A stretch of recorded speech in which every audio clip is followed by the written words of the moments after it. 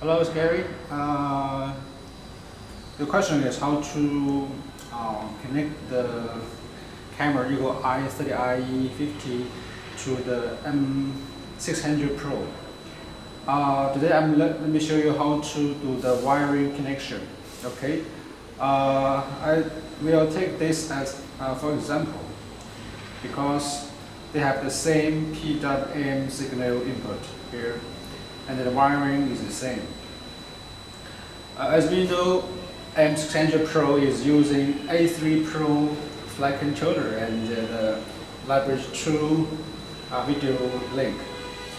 And their PWM signal control here on the A3 Pro here. Later I will show you a photo of this side. And you can get one HDMI input port here. So take this input to the gimbal.